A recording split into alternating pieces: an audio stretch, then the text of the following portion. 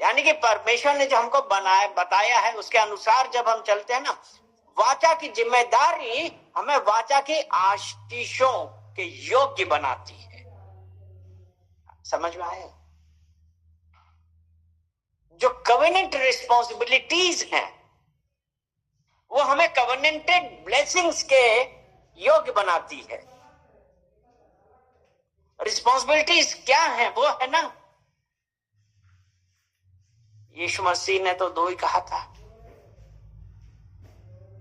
Worship the Lord your God. सर्वप्रथम प्रेम परमेश्वर से करना, और दूसरा है अपने पड़ोसी से प्रेम करना। तो जो ये जिम्मेदारी है। लेकिन अगर हम पुराने नियम निर्गमन 20 में देखते हैं तो उसमें 1 से लेकर कितना 10 तक यही सब बतलाया है, 10 आज्ञाएं हैं। तो आज ये है कि प्यासे हैं, प्यास बुझा। यानी कि परमेश्वर, हम तब वो प्यास बुझेगी जब हम परमेश्वर की आज्ञाओं पे चलेंगे, उसके अनुसार। उसके बाद था कि जख्म को भरने वाला शिफा का तू है दरिया, और जख्म का क्या था? हाँ, शिफा का तू है दरिया, जख्मों को यीशु ही भरता। शिफा का तू है दरिया। अब दरिया कैसा है?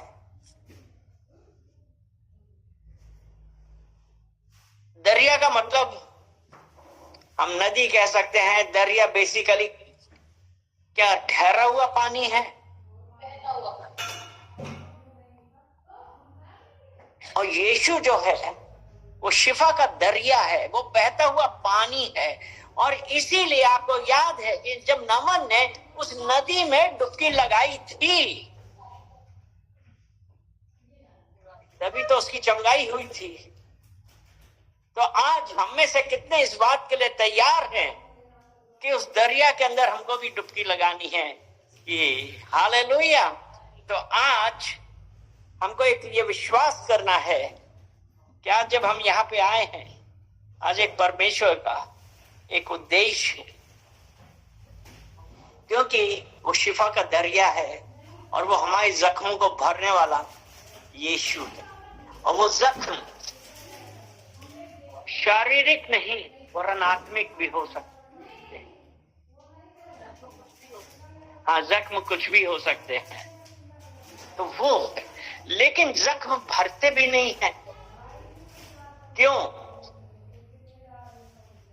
क्योंकि परमेश्वर के वांछा से दूर होते हैं, इसलिए हमारे प्रॉब्लम्स है वो वैसे की वैसे रहते हैं। अगर हम,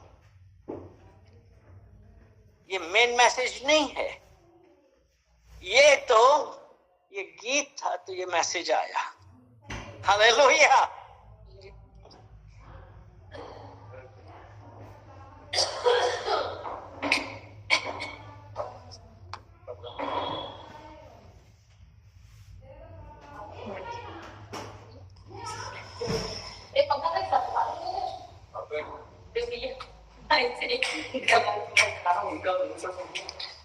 सभा उपदेशक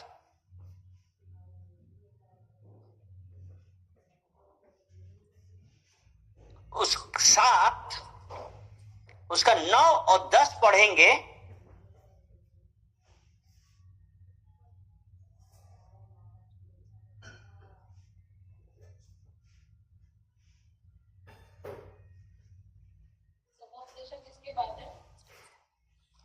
सभा उपदेशक प्रोवर्ब के बाद, नीति वचन के बाद।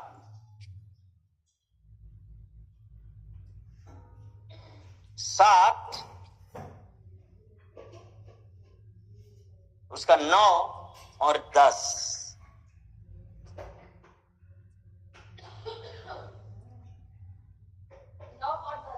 हाँ, अपने से क्रोधित ना हो, क्योंकि क्रोध मूर्खों ही के हृदय में रहता है। यहाँ पे क्या है? थोड़ी से क्रोधित ना हो, छोटी छोटी बात पे गुस्सा हो गए, क्रोध करने लगे। परमेश्वर ने क्या सिखाया है? शिफा का है तू दरिया, जख्म भर रहा। लेकिन हमने क्या किया? वाचा की जिम्मेदारी नहीं समझी, भूल गए कि यीशु ने हमारे लिए क्रूस पे लहू बहाया।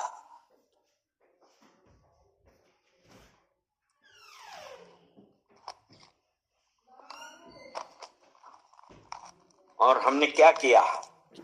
क्यों क्रोध आ गया? दूसरा कुरिन्थियों, अभी हमको उधर ही एक्लेसियास्टिस पे ही हाथ लगा के रखना है।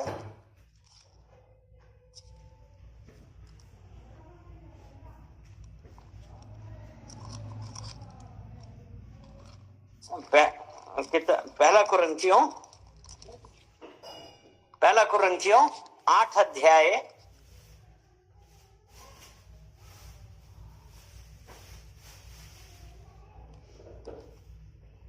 एक मिनट, पहला कुरिन्थियों 8 अध्याय नहीं है,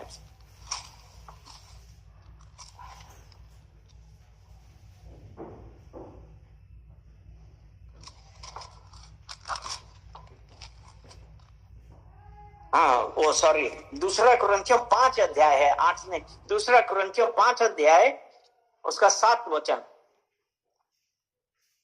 क्योंकि हम रूप को देखकर नहीं पर विश्वास से चलते हैं। क्योंकि हम रूप को देख के नहीं पर विश्वास से चलते हैं। इसमें इंग्लिश वाली में है, for we walk by faith not by sight।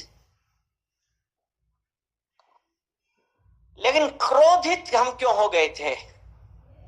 क्योंकि हम विश्वास से नहीं थे। We walk by sight, मतलब जो हम देखा सुना, उसीलिए क्रोध में, उतावली से हम क्रोधित हो गए। अपने मन में उतावली से क्रोधित ना हो, क्योंकि क्रोध मूर्खों ही के हृदय में रहता है। छोटी छोटी बातों में क्रोध कर रहे हैं। और 10 वचन, ये न कहना बीते दिन इससे क्यों उत्तम थे, क्योंकि यह तो बुद्धिमानी से नहीं पूछता। कितनी बार हम ये कहते हैं, क्रोधित हुए, अरे पहले हम तो इतने अच्छे थे, अभी क्या हो गया? हम सब भूल जाते हैं। आज क्या हो रहा है? क्योंकि परमेश्वर ने हमारे लिए क्या कर रहा है? परमेश्वर ने हमारे लिए प्रत्येक दिन अच्छा बनाया है। उसने कहा ना कि उसका प्लान हमारे लिए कुशल का है, हानि का नहीं है। यानी कि जब हम दासत्व में थे, दासता में थे, तब तुमको रोटी वोटी सब मिल रही थी, मीट मछली सब मिल रही थी। लेकिन जब परमेश्वर ने क्या किया, अपने लोगों को उस दासता से निकाला, तो वो खुद ही चिल्लाने लगे ना कि अरे तू हमको कहां लिए जा रहा है? क्यों हमको जंगल में लाया है मारने के लिए? क्या हम भूखों मर जाएं? क्या हम प्यासे मर जाएं? लेकिन परमेश्वर जो आपको आपके प्रॉमिस्ड लैंड में ले जा रहा है, तो आपको इन कठिनाइयों से गुजरना पड़ेगा। अगर आपने आज भी अपनी पुरानी चीजों पर निर्भर हैं, तो हमको परमेश्वर की आशीष नहीं मिलेगी। यशायाह 43 उसका 18 वचन देखेंगे। यशायाह 43 उसका 18, बीती बातें भूल जा, पुरानी बातों को स्मरण ना कर, ना रख। यशायाह 43 उसका 18, 43। हाँ, अब बीती हुई घटनाओं का स्मरण मत करो। अब बीती हुई घटनाओं का स्मरण मत करो, ना प्राचीन काल की बातों पर मन लगाओ, ना प्राचीन काल की बातों पर मन लगाओ।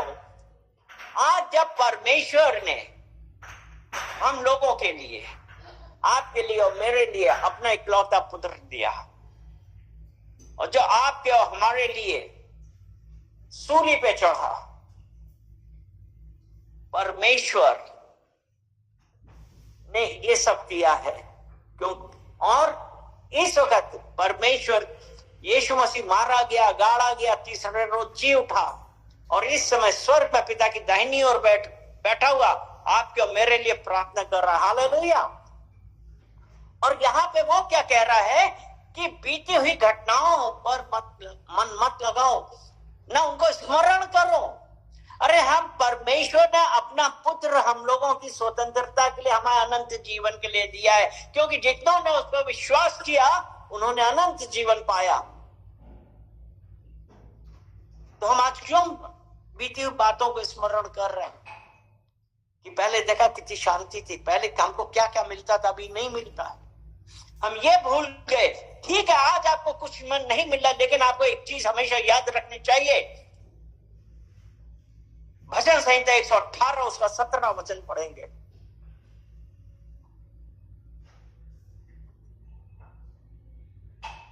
हम ये कह सकते हैं अभी हमको ये, पहले तो हम इतने आराम में थे, ऐशो आराम में थे, अब क्या हो रहा है। 17 भजन जबूर 118 उसका 17, मैं ना मरूंगा वरन जीवित रहूंगा।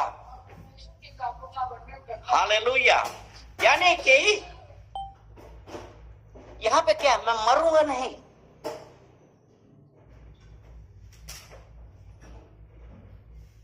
जितनों ने उसको स्वीकार किया वो परमेश्वर की संतान।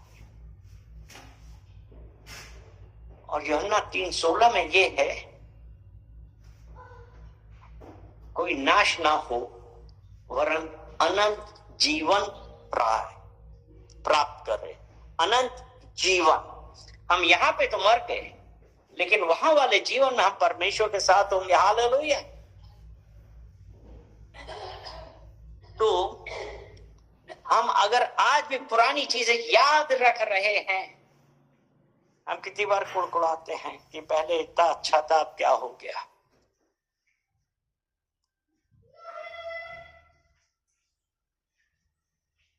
क्या हो गया?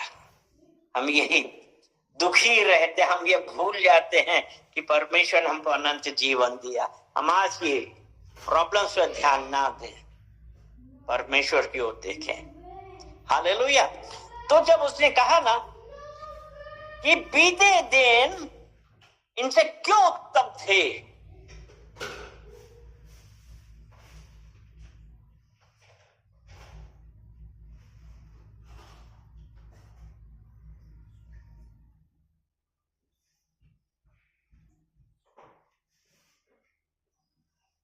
क्योंकि बीते दिनों में तुमको ऐशो आराम था, अभी नहीं है। तो इसलिए कह रहे ना, बीते दिन, यही सभाउपदेशक 7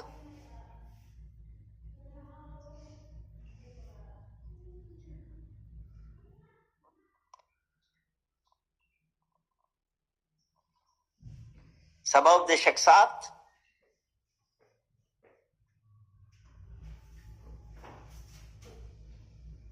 उसका 29 वचन।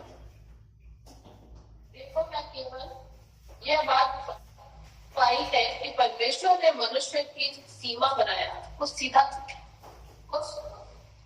सीधी बनाया, परंतु उन्होंने बहुत सी युक्तियां निकाली है। यानी कि परमेश्वर क्या कह रहा है? परमेश्वर ने मनुष्य को कैसा बनाया है? सीधा बनाया है। लेकिन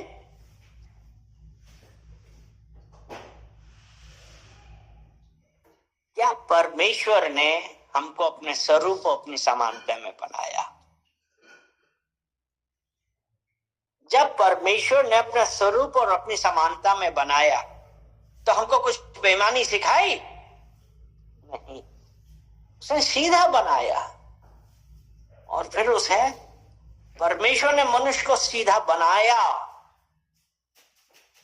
परंतु उन्होंने बहुत सी युक्तियां निकाली,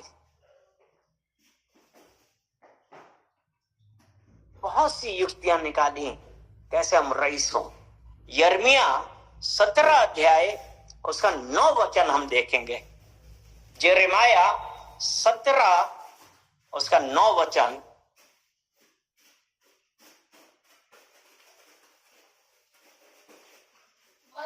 मन तो सब वस्तुओं से अधिक धोखा देने वाला होता है, उसमें असाध्य रोग लगा है। हाँ, और उसका भेद कौन समझ सकता है? मन कैसा है? सब वस्तुओं से अधिक धोखा देने वाला है। परमेश्वर ने मनुष्य को सीधा बनाया, लेकिन उसने बहुत सी युक्तियां निकाली। कहां से निकाली? दिमाग से।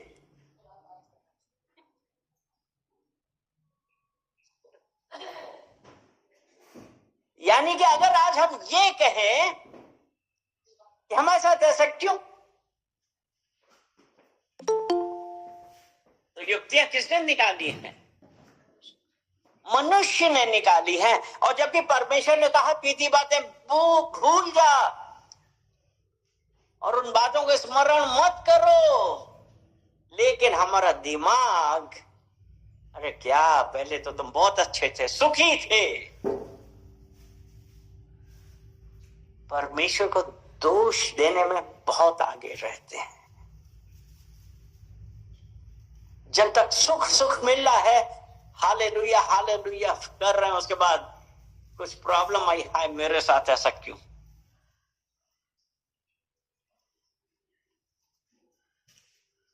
बीती हुई घटनाओं के स्मरण ना कर रहे हैं। मन सब वस्तुओं से अधिक धोखा देने वाला है, उसमें असाध्य रोग लगा है।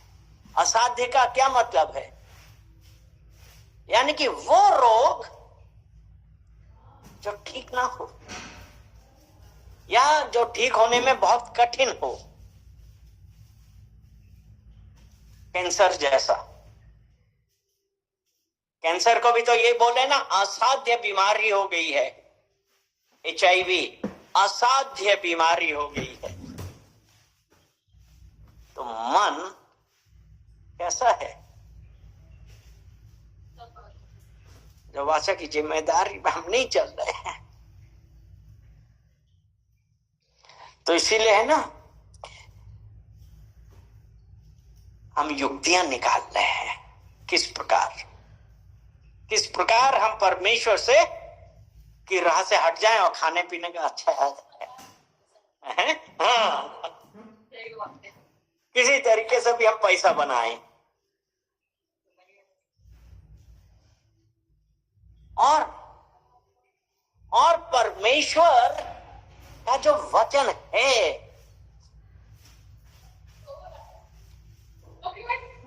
परमेश्वर का वचन, कितने लोगों को ऐसा लग रहा है कि आज परमेश्वर उन्हीं से कुछ बातें कर रहा है।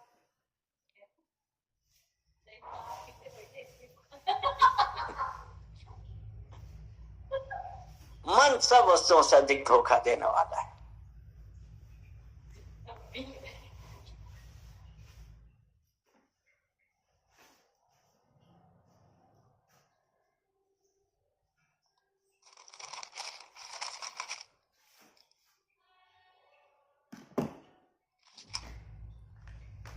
हाथ अभी यहीं पे लगाए रखेंगे, हम निकालेंगे अय्यूब।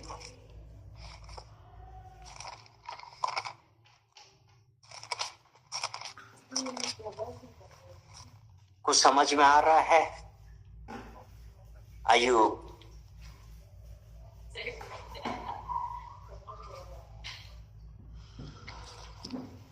हम युक्तियां निकाल रहे हैं, किस लिए? पैसा चाहिए।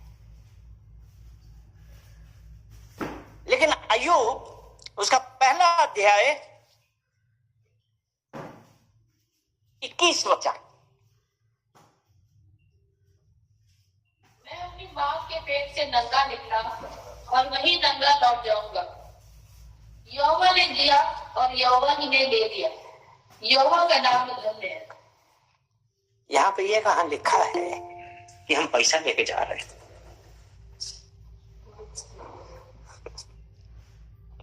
हम जैसे आए वैसे ही जाएंगे, बंद मुट्ठी आए खुले हाथ जाएंगे।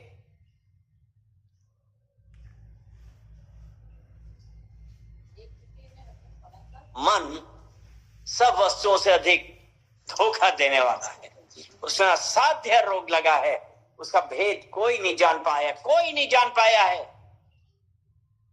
लेकिन एक जना जानता है। 17 उसका 10 पढ़ते हैं यिर्मयाह, यिर्मयाह 17 उसका 10। मैं यहोवा मन की खोजता हृदय को जांचता, मतलब दिमाग का दिमाग अपने हृदय में भी जो है हृदय को जांचता है, ताकि प्रत्येक जन को उसकी चाल चलन के अनुसार अर्थात कामों का फल दे। चाल चलन और काम, मतलब दोनों चीजें हैं, उसका फल मिलेगा।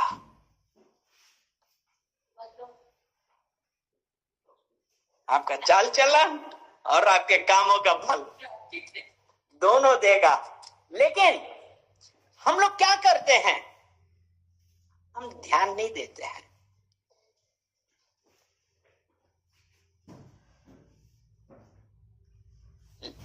जब ध्यान नहीं देते हैं तो हम क्या करते हैं, हम अपनी ही चाल चलते जाते हैं। शैतान साथ में चल रहा है, वो कह रहा कुछ नहीं होगा। अगर हम सभा उपदेशक 8 और उसका 11 पढ़ेंगे, सभा उपदेशक 8 और उसका 11,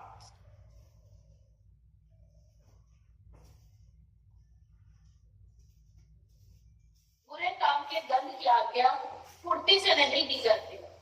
इस कारण मनुष्य का मन बुरे कामों का काम करने की इच्छा से भरा रहता है। बुरे काम करने की इच्छा से भरा रहता है, क्योंकि दंड की आज्ञा फुर्ती से नहीं दी जाती। क्यों? परमेश्वर उनको समय देता है कि वो बदले। एजिकिल,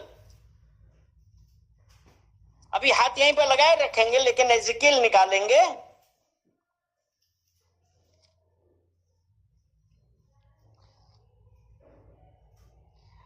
तैतीस उसका 11, यह स्केल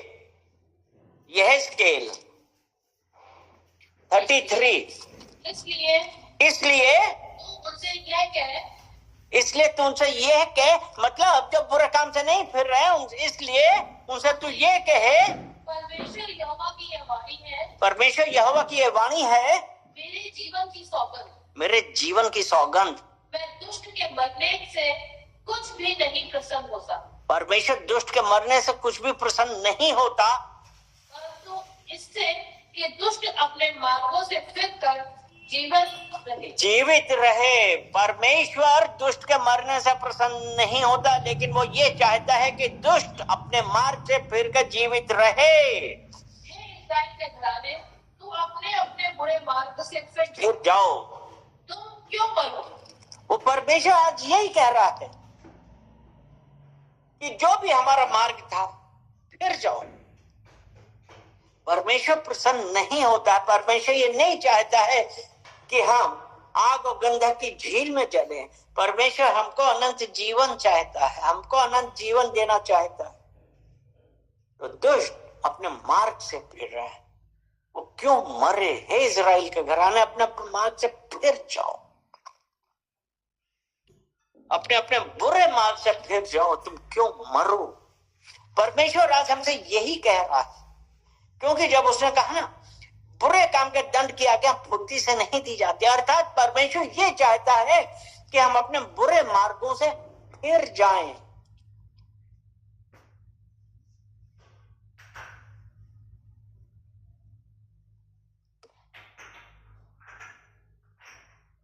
लेकिन हम क्या फिर पाते हैं? अभी सभा उपदेशक 8 में आते हैं दोबारा, उसका 12 वचन हम पढ़ेंगे।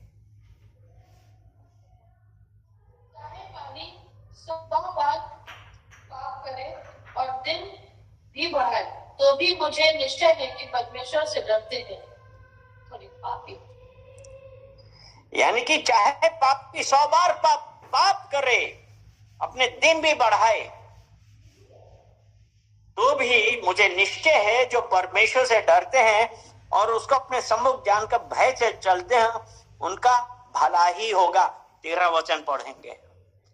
परंतु दुष्ट का भला नहीं होने का और ना उनके जीवन रूपी छाया लंबी हो नहीं पाएगी, क्योंकि वह परमेश्वर का भय नहीं मानता। दुष्ट का भला नहीं होने का, ना उसकी जीवन रूपी छाया लंबी होने पाएगी, क्योंकि वह परमेश्वर का भय नहीं मानता। तो आज जरूरत इस बात की हम परमेश्वर का भय माने, उसकी आज्ञाओं पे चले, उसकी आज्ञाओं पे चले, क्योंकि हम ये कहते हैं ना कि आशीष परमेश्वर की ओर से तब मिलेगी जब हम वाचा की जिम्मेदारी समझेंगे। हालेलुया। आज हमारा मन कहाँ है, हमारा ध्यान कहाँ है, हमारा चाल चलन क्या है, हमारा सोचना क्या है। हमारे माँ बाप, हमारे बाल बच्चे, हमारी वाइफ कोई नहीं समझ पाएगी कि हमारे दिल में क्या है, लेकिन परमेश्वर एक एक चीज जानता है। हम एक वचन और बतलाते हैं, जबूर भजन संहिता 139।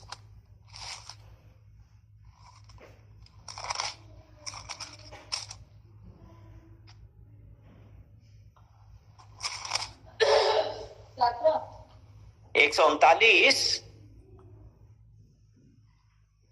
8 वचन पढ़े।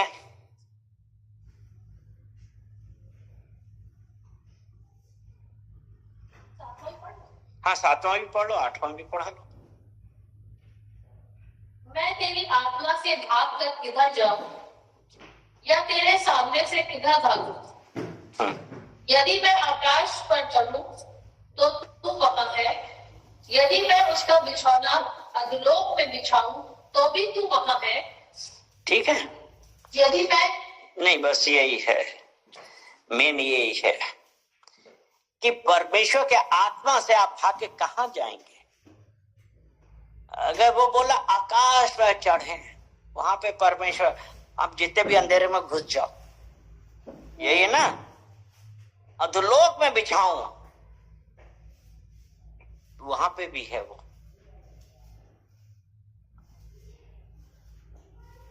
बेहतर है, परमेश्वर ये चाहता है। तो उसने कहा कि परमेश्वर दुष्टों के मरने से प्रसन्न नहीं होता, वरन इससे कि वो अपने दुष्ट भरे मार्ग से फिर जाएं। आज हमको क्या करना है? परमेश्वर की आज्ञाओं पे चलना है या अपने मन की इच्छाओं पे चलना है? परमेश्वर की आज्ञा पे चलेंगे, उसके अनुसार चलेंगे, तो परमेश्वर की आशीष हमारे ऊपर है। यूहन्ना की 3 पत्री, उसका 2 वचन। यूहन्ना की 3 पत्री का पहला दूसरा वचन। हे प्रिय, मेरी यह प्रार्थना है हाँ। कि जैसे तू आत्मिक उन्नति कर रहा है, वैसे ही तू सब बातों पे उन्नति कर रहे हैं। और बना चलता रहे। हालेलुया। परमेश्वर की वाचा आत्मिक उन्नति कर रहे हैं। आमीन। तो परमेश्वर आज हम सबसे यही चाहता है। परमेश्वर आज कुछ बातें कर रहा था और मुझे ये विश्वास है कि हम ये कह सकते हैं कि प्यासा हूं, प्यास बुझा, चश्मे बहा, यीशु चश्मे बहा। क्या हम विश्वास करते हैं कि वो हमारे घावों को भरेगा, कि वो शिफा का दरिया है? शिफा का दरिया अपने आप को बदली है, तब हम कह सकते हैं। नहीं तो कष्ट में अपनी शांति के लिए, हमारी शांति के लिए हम परमेश्वर का धन्यवाद करें, उसकी वाचाओं में चले। आमीन। चलिए प्रार्थना करते हैं। धन्यवाद धन्यवाद धन्यवाद पिता परमेश्वर, हम आपका धन्यवाद करते हैं इस सुंदर वचन के लिए कि पिता परमेश्वर आपने अपने वचनों के द्वारा हम लोगों से बातें कर ली है। पिता परमेश्वर हम धन्यवाद करते हैं, प्रार्थना करते हैं कि पिता परमेश्वर जो भी वचन यहाँ पे आज हुए हैं पिता परमेश्वर, वो सब वचन हम सबके जीवन में काम करने वाले बने। और पिता परमेश्वर कि हम आपकी इच्छाओं के अनुसार चले, आपकी वाचाओं को अपने हृदय में बांधे और उस वाचा की आशीष के योग्य बने। पिता परमेश्वर हम धन्यवाद देते हैं, एक एक जन को हम आपको कमिट करते हैं और कहते हैं पिता परमेश्वर आप बढ़ें और हम घटें, यीशु मसीह के नाम से आमीन आमीन।